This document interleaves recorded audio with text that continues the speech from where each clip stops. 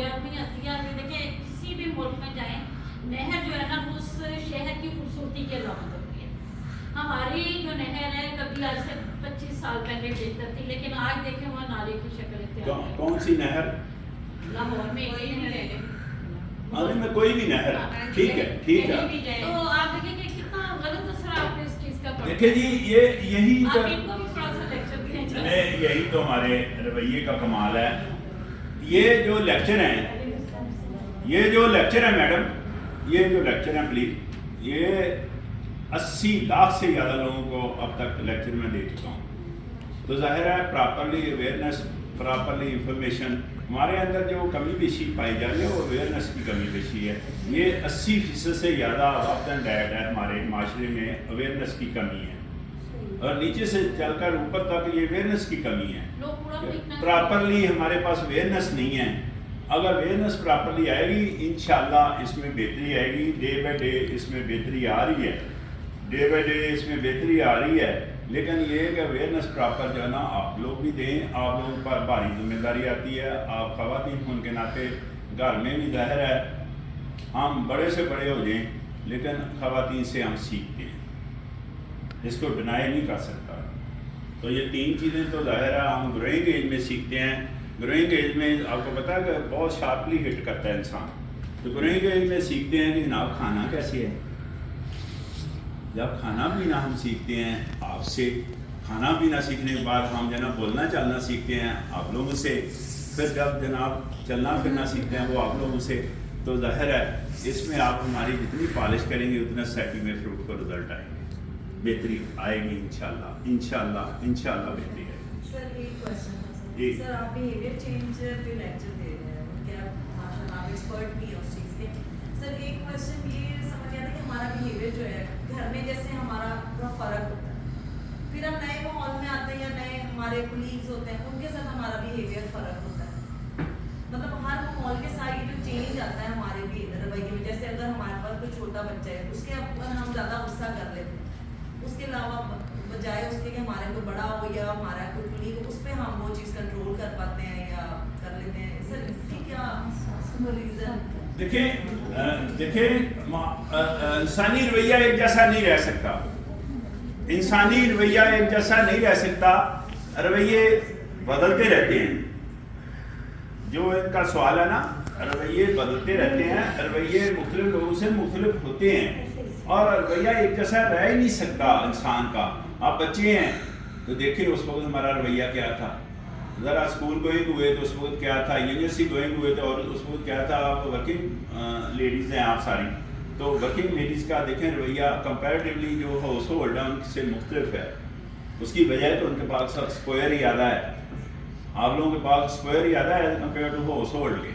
اس کو house hold کو بہت ساری چیزیں میں اپنے گھر سے ہی اسٹارٹ لیتا ہوں. بہت ساری چیزیں اس کو آئیڈیا نہیں ہے نا کہ کیا ہو رہا ہے.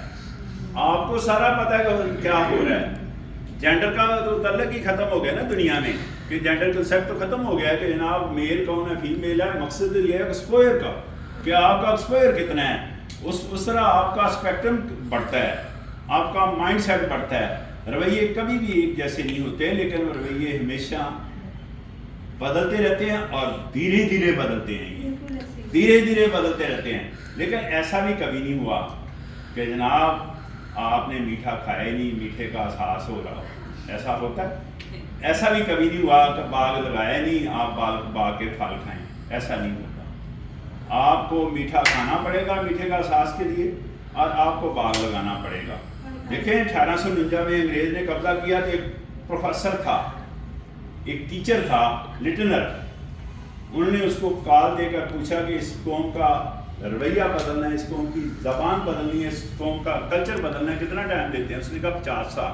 تو 30 سال میں اس نے ہمارا رویہ بدل دیا. اس کا مطلب رویہ بدلتا ہے. پرفیکشن آئی نا. یہ رویے کا نتیجہ ہے کہ مجھے ابھی جو لیٹر ملنا ہے یہاں سے وہ انگلش میں ملنا ہے، اردو میں ملنا ہے، پنجابی میں ملنا ہے. کس میں ملنا ہے؟ انگلش میں. تو سمجھ رویہ تو وہ صاحب بدل گئے نا. آگے کس نے بدلنا تھا رویہ؟ ہم نے.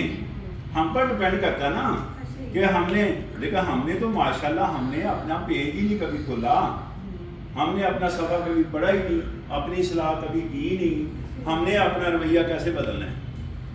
اور رویہ بدلنے کے لیے آپ کے پاس کوئی ٹارگٹ, کوئی منزل بھی ہونی چاہیے. ظاہر ہے اس منزل یا اس ٹارگٹ کو حاصل کرنے کے لیے آپ کی سوچ ورک تبھی کرے گی نا, تبھی رویہ چینج ہوگا نا.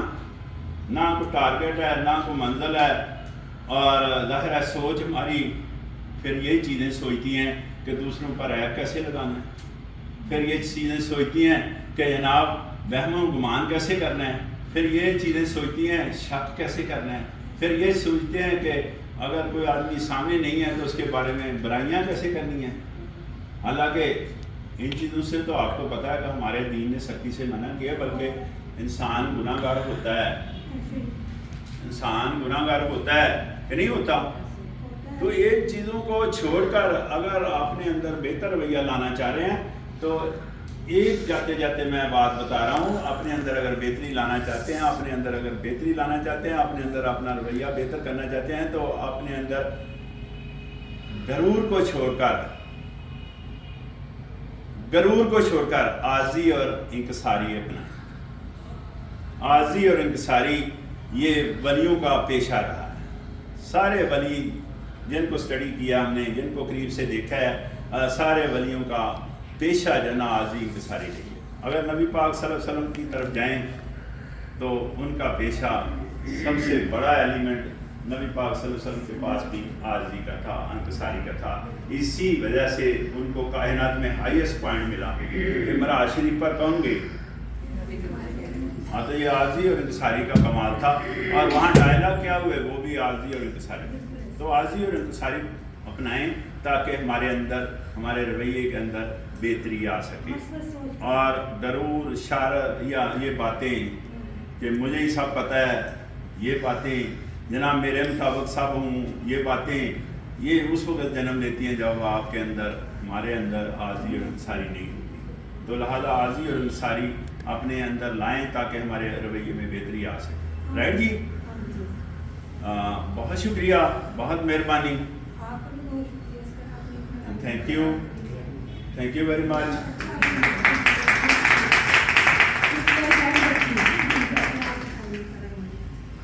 میں نے تو بتایا, آپ کہہ رہے ہیں کہ خوبصورت لیکچر دیا, بہت اچھا لیکچر دیا, لیکن میں نے بتایا کہ لیکچر دینے والا بندہ جو نا وہ صرف اور صرف آج کے دور میں انفارمیشن پرووائڈ کر سکتا ہے, صرف اور صرف. یہ نہیں عمل کرنا نہ کرنا, یہ آپ لوگوں کے ایک پر ڈپینڈ کرتا ہے. لیکن یہ ضروری ہے کہ ایک بندہ اگر گفتگو کر رہا ہے, کوئی بھی بندہ گفتگو کر رہا ہے, تو 3 آپشن سننے والے کے پاس اسٹینڈ کر رہے ہوتے ہیں.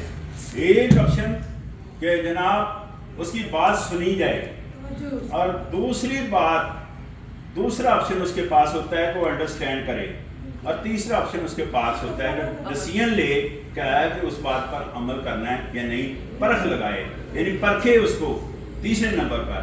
اور میں تو بلکہ یہ کہتا ہوں آج بھی یہ ہمیں سوچنا چاہیے, زمانہ قدیم میں یہ سوچتے رہے ہم کہ کون بول رہا ہے. پہلے زمانے میں ہم یہ سوچتے رہے ہیں کہ کون بول رہا ہے. اسی وجہ سے چھوٹے بڑے کی, اچھے برے کی تمیز ہمیں تھی. کون بول رہا ہے, کیا بول رہا ہے. اب ہم شفٹ ہو گئے صرف کیا بول رہا ہے, اور بابا کون بول رہا ہے اس کو بھی ساتھ ملائیں. کیا بول رہا ہے وہ سیکنڈ ہے, پہلا نمبر اس کا ہے کہ وہ صاحب, وہ مہربان جو اتنی اعلیٰ قسم کی باتیں کر گئے ہیں, وہ اس کے اپنے گھر کا ماحول کیسا ہے, اس کا اپنا رویہ ماشاءاللہ کیسا ہے, اس کا زندگی میں اگر واسطہ پڑتا ہے تو کمیونیکیشن سکیل کے ساتھ ساتھ اس کی باڈی لینگویج کیا تھا, لب و لہجہ کیا تھا, اس کا ان چیزوں سے وقت دین ڈیٹ, اس کا عمل اپنا کیا ہے.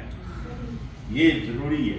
گفتگو کرنے والے بندے کو یہ سوچنا چاہیے, سوچ سمجھ کر گفتگو کرنی چاہیے کہ جناب میں نے کیا گفتگو کی ہے, اور دوسرے بندے پر اس کا کیا امپیکٹ ہوگا, اور دوسرے بندے کو بھی پرکھ لگانا چاہیے کہ جناب جس نے یہ گفتگو کی ہے وہ خود بندہ کیا ہے. یہ پرانے زمانے میں یہ چیز دیکھی جاتی ہے نا. اسی وجہ سے جو واز کرنے والے, جو اسپیچ کرنے والے, وہ لوگوں کی تعداد کم تھی.